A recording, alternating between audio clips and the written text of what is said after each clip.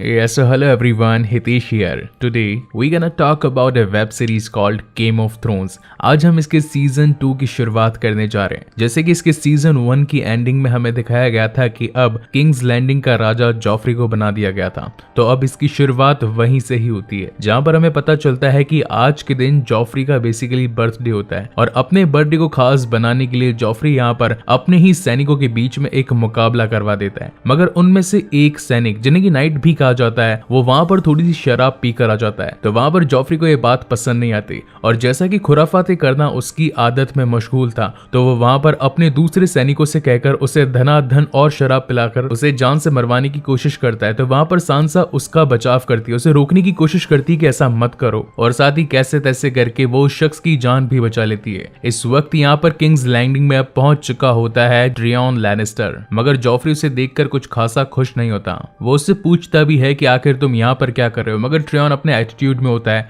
और वो उसे बिना कुछ जवाब दिए ब्रॉन के साथ में वहां से निकल जाता है। वहीं पर सीन शिफ्ट होता है उसी छोटी काउंसिल में, जो कि हर वक्त कभी रॉबर्ट बराथियन लिया करते थे अपने सभी सलाहकारों के साथ में, जिनमें की मैस्टर, लॉर्ड वेरिस और साथ ही फाइनेंस मिनिस्टर यानी कि लॉर्ड बैलिश भी हुआ करते थे। मगर इस वक्त जैसा कि अब वहां पर रॉबर्ट बराथियन नहीं थे, तो सारे डिसीजन वहां पर सर्सी लैनिस्टर खुद लेने लगती है। तो मैस्टर उसे बताते हैं कि सर्दी आने वाली है, उसके लिए हमें कुछ खास इंतजाम करने पड़ेंगे। अब यहाँ पर सबसे मजे वाली बात तो यह है कि यहाँ की सर्दियां हमारे देश की सर्दियों जैसी नहीं है। बेसिकली हमारे भारत में 4 ऋतुएं होती है, जिसमें कि सर्दी, गर्मी, बरसात और बसंत होती है। तो वहां पर हम उपजाऊ जमीन की मदद से कुछ भी उगाकर कभी भी खा सकते हैं, मगर वहां की सर्दियां ऐसी नहीं होती। वहां की सर्दियों में इतनी बर्फ जम जाती है कि कुछ भी उगाना नामुमकिन होता है, और यही रीजन है कि उन्हें पिछले उगाए हुए अनाज को ही इस सर्दियों में काम में लेना पड़ता है। तो इसके जवाब में सर्सी कहती है कि हमारे किंग्स लैंडिंग में काफी सारे रेफ्यूजीज कई और देशों से या फिर कई और जगहों से आ रहे हैं, तो मैं चाहती हूँ कि सबसे पहले तो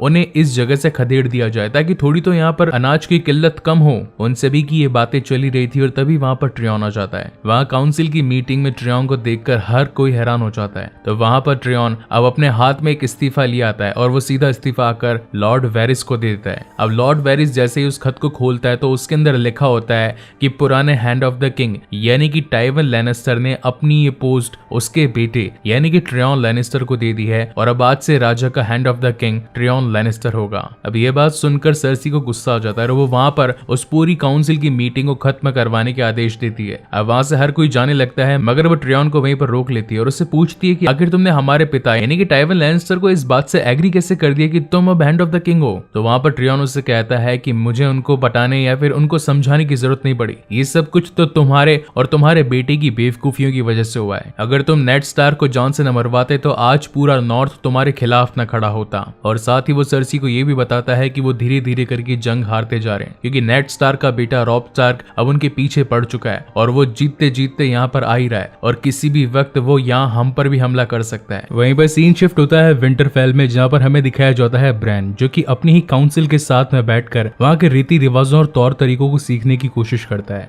इसके बाद में ब्रैन होडर की पीठ पर बैठकर जंगल में निकल जाता है। जीओटी के यूनिवर्स में होडर एक ऐसा शख्स है जिसे बोलना कुछ नहीं आता, वो सिर्फ अपना नाम बोलकर ही अपनी सारी निजी बातों को एक दूसरे को समझा देता है। उन दोनों के ही साथ में ओशा भी थी। ये ओशा वही लड़की थी जिसे रॉब और थियोन ने मिलकर पकड़ा था, मगर अब ये इनके साथ में हो चुकी है। जब ये तीनों ही जंगल की सैर पर निकले होते हैं तभी आसमान में इन्हें एक चमकती हुई चीज दिखाई पड़ती है। तो वहां पर ओशा कहती है कि ये ड्रैगन्स के आने का संदेश है। तो ब्रैन उसे बताता है कि ड्रैगन जैसी कोई चीज नहीं होती, ये सारे के सारे आज से हजारों साल पहले ही खत्म हो चुके हैं। वहीं दूसरी तरफ हमें दिखाई जाती है डेनेरिस, जो कि अब काफी कमजोर हो चुकी है और अब उसके पास में उसकी पूरी डॉर्थराकियों की टीम भी नहीं है, मगर कुछ साथी जरूर हैं जो कि हमेशा से ही उसके साथ रहते थे। उसके साथ में अब उसका घोड़ा, उसके 3 ड्रैगन्स और साथ ही जोरा मॉर्मॉन्ट हैं। इन लोगों को चलते चलते काफी दिन हो चुके थे और इस वजह से इन सभी की हालत काफी ज्यादा बुरी हो जाती है। और एक वक्त तो ऐसा आता है कि डेनेरिस का घोड़ा भी चलते चलते गिर पड़ता है और भूख के कारण उसकी मौत हो जाती है। तो वहां पर डेनेरिस अपने साथी जोरा से पूछती है कि ये रेगिस्तान कब खत्म होगा। तो जोरा उसे कहता है कि इस बात का उसे भी नहीं पता कि आखिर कहां पर खत्म होगा।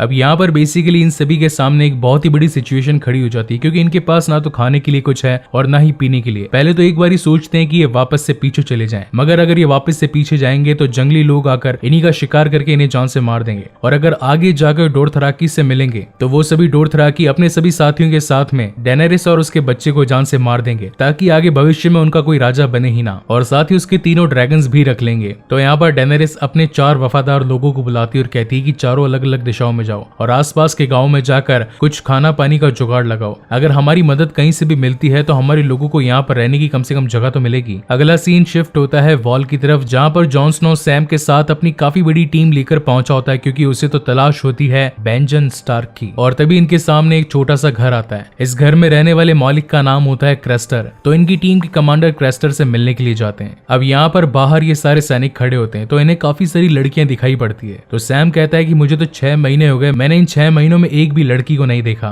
क्या ये सारी लड़कियां क्रेस्टर की बेटियां हैं? तो वहां पर एक शख्स उन्हें बताता है कि क्रेस्टर की बेटियां नहीं बल्कि उनकी वाइफ है। अब यहाँ पर इस सिनेरियो की सबसे वियर्ड बात यह है कि क्रेस्टर अपनी ही बेटियों के साथ शादी करके फिर बेटियां पैदा करता है और फिर अगेन उनसे शादियां करके अगेन बेटियां पैदा करता है। मगर बेटों का ये क्या करता है वो हमें आगे पता चलेगा। अब यहाँ पर इनके घर में बैठकर बातचीत होती है, जिसमें लॉर्ड कमांडर क्रेस्टर और जॉन स्नो और साथ ही कुछ खास पहरेदार मौजूद होते हैं। यहाँ पर लॉर्ड कमांडर क्रेस्टर से पूछते हैं कि यहाँ पर आते वक्त हमारे रास्ते में टोटल 6 गांव पड़े थे, मगर वहां पर एक भी जंगली नहीं था, यानी कि कोई भी वाइल्डलिंग नहीं था। तो क्रेस्टर उन्हें बताता है कि वो सभी तुम्हारे पुराने दुश्मन मैंस रेडर के पास गए हैं और अब उसी के साथ मिलकर एक बड़ी योजना बना रहे हैं। अब यहाँ पर मैं आपको थोड़ा सा मैंस रेडर के बारे में एक हिंट दे देता हूँ। बेसिकली ये the king beyond of the wall है, यानी कि उन सभी जंगलियों को कंट्रोल भी कर सकता है, या फिर कहा जाए तो एक तरीके से उन सभी का राजा। मगर राजा बनने से पहले वो भी कभी एक नाइट वॉच हुआ करता था। और इनकी बातों से हमें ये पता चल पाता है कि अब मैंस रेडर एक काफी बड़ी टीम इकट्ठी कर रहा है ताकि वो वॉल के ऊपर हमला कर सके। यहाँ से सीन शिफ्ट होता है स्टैनिस बराथियन पर, जो कि रॉबर्ट बराथियन का छोटा भाई होता है। अब जिस तरीके से हमारी दुनिया में पूजा पाठ होते हैं तो उसी तरीके से इनकी दुनिया में कुछ रिचुअल्स होते हैं जो कि राजा बनने से पहले किए जाते हैं, जिनको कर रही होती है एक लेडी जिसका नाम होता है मेलिसेंड्री। यहाँ पर मेलिसेंड्री दिखने में काफी सुंदर, कम एज की और काफी चालाक लड़की होती है। तो स्टैनिस बराथियन उसकी हर बात माना करता है और उसके सामने किसी और की चलने भी नहीं देता है। और इन्हीं सभी रीजंस की वजह से उसने उसे अपना पर्सनल एडवाइजर भी बना लिया होता है। यहाँ पर हमें एक शख्स और दिखाई पड़ते हैं जिनका नाम होता है सर डेवॉस, जो कि एक और खास सलाहकार होते हैं स्टैनिस बराथियन के। अब जैसा कि स्टैनिस बराथियन सारी बातें मेलिसेंड्री की माना करता था, तो वहाँ पर मेलिसेंड्री उसे रोशनी का देवता घोषित कर देती है। और अब इन सभी बातों को सुनने के बाद तो स्टैनिस बराथियन मानो 7वें आसमान पर था। वहां से वो पहुंचता है अपने कैसल में और अपने मास्टर की मदद से एक खत लिखवाता है, जिसमें वो बताता है कि वो 7 किंगडम का राजा है और वो अपनी गद्दी लेने के लिए जल्द ही किंग्स लैंडिंग में आने वाला है। और साथ ही उसके बड़े भाई की पत्नी यानी कि सर्सी लैनिस्टर ने जो भी बच्चे पैदा किए हैं वो रॉबर्ट बराथियन के बच्चे नहीं बल्कि नाजायज बच्चे हैं, इसलिए स्टैनिस बराथियन खुद इन सभी किंगडम्स का होने वाला राजा है। अब यहाँ पर काउंसिल में बैठे और भी लोग बताते हैं लैनिस्टर्स के खिलाफ नॉर्थ से एक टीम आ रही है जिसे रॉब स्टार्क हैंडल कर रहा है, तो क्यों ना हम उनके साथ मिल जाएं। अब यहाँ पर एक छोटी सी घुसपैठ होती है जहाँ पर खुद स्टैनिस बराथियन का मास्टर वाइन में जहर मिलाकर मेलिसेंड्री को दे देता है और कहीं पकड़ा ना जाए इसलिए खुद भी उस वाइन को पी लेता है। लेकिन यहाँ पर एक वियर्ड बात ये थी कि उस जहर का असर मेलिसेंड्री पर होता ही नहीं है। अब ये असर क्यों नहीं हुआ उसके ऊपर इसके बारे में हमें आगे पता चलेगा। वहीं पर सीन शिफ्ट होता है अब रॉब स्टार्क पर, जो कि अब जैमी लैनिस्टर को ये बताता है कि स्टैनिस बराथियन ने अभी अभी 7 किंगडम्स में सभी लॉर्ड्स को एक एक खत भेजे हैं, जिनमें ये बात साफ साफ लिखी है कि सर्सी लैनिस्टर का बेटा जॉफ्री उसकी और तुम्हारी नाजायज औलाद है। मगर इन बातों को सुनकर जेमी कुछ खासा ध्यान नहीं देता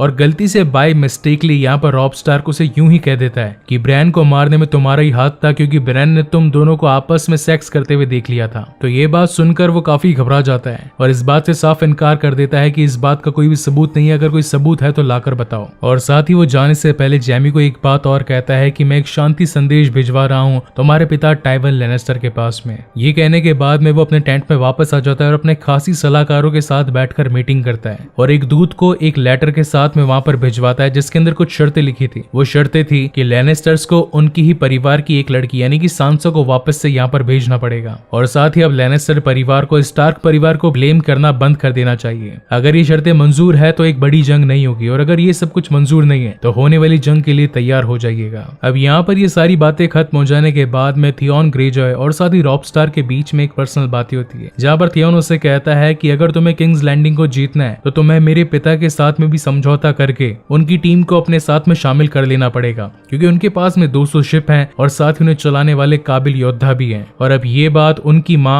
कैटलिन स्टार्क को भी पता चल चुकी होती है, तो वो सीधा आकर अपने बेटे रॉब स्टार्क को कहती है कि बैलन ग्रेजॉय यानी कि जो थियोन ग्रेजॉय का फादर है और कहती है कि उनके साथ समझौता करना सही नहीं रहेगा क्योंकि एक वक्त था जब तुम्हारे पिता बैलन ग्रेजॉय से काफी गुस्सा थे, उन दोनों के बीच में जंग भी हुई थी। तो जो शख्स कभी जंग लड़ सकता है तो वो साथ कैसे दे पाएगा। तो यहाँ पर रॉब स्टार्क अपनी माँ से कहता है कि ये सारी जंग की टेंशन आप मुझ पर छोड़ दीजिए, मैं चाहता हूँ कि आप मेरे लिए बस एक छोटा सा काम कीजिए। एक खत मैं आपको लिख कर देता हूँ जो कि आप पहुंचा दीजिए रैनली बराथियन के पास में। उसके पास में बेसिकली 1,00,000 सैनिकों की फौज है। अगर वो हमारे साथ में मिल गया तो हम लैनिस्टर्स को नीचा दिखा सकते हैं और इसके साथ साथ मेरी दोनों बहनें भी हमारे ही घर में वापस आ जाएगी। अब एक तरफ तो इनका ये सोचना था कि क्या इनका प्लान सक्सेसफुल होगा या नहीं, वहीं दूसरी ओर हमें दिखाया जाता है ट्रियन लैनिस्टर अपनी गर्लफ्रेंड शिया के साथ में, जो कि आपस में काफी खुशनुमा पल बिता रहे होते हैं। वहीं पर सरसी अब लॉर्ड बैलिश को कहती है कि आर्या को ढूंढने में मेरी मदद कीजिए क्योंकि वो यहाँ से भाग चुकी है। तो यहाँ पर लॉर्ड बैलिश जो कि कामचोर होता है वो कहता है कि क्यों ना आप ये काम लॉर्ड वेरिस को दे दें। अब यहाँ पर इन दोनों के ही बीच में काफी बातों के कटाक्ष होते हैं, जहाँ बैलिश बताता है कि किताबी ज्ञान ही सबसे ऊपर है, उसमें जो पावर है वो किसी में नहीं। तभी वहाँ पर सरसी अपने सैनिकों से उसकी जीप कटवा देने के लिए बोलती है और वापस से अपने सैनिकों को पीछे भी ले लेती है और कहती है कि पावर इज पावर, यानी कि ताकत हमेशा से ही ताकत होती है। उसके आगे सभी झुकते हैं। उसके बाद में सरसी लैनिस्टर वापस से अपने दरबार में आ जाती है, जहाँ वो जॉफ्री को देखती है और जॉफ्री को कहती है कि आर्या को ढूंढने में मेरी मदद करो। तो यहाँ पर तो जॉफ्री अपने पूरे दरबार को रिनोवेट कराने में लगा होता है, सारे के सारे पर्दों को चेंज करवा कर अलग अलग डिजाइन चूज कर रहा होता है। हालांकि इस वक्त तक जॉफ्री को भी ये बात पता चल चुकी होती है कि स्टैनिस ने जस्ट अभी एक लेटर भेजा है जिसमें उसने कहा है कि वो 7 किंगडम्स का राजा है और साथ ही जैमी लैनिस्टर और सरसी लैनिस्टर के बीच में नाजायज संबंध है। इस बात को सुनने के बाद में तो सरसी का और दिमाग घूम जाता है और वो अपने सैनिकों को कहकर ये आदेश पास करवा देती है कि इस शहर के अंदर जितने भी नाजायज बच्चे हैं, चाहे वो रॉबर्ट बेराथियन के हों या फिर जॉन एरीन के या फिर और किसी लॉर्ड के, उन सभी को जान से मरवा दिया जाए।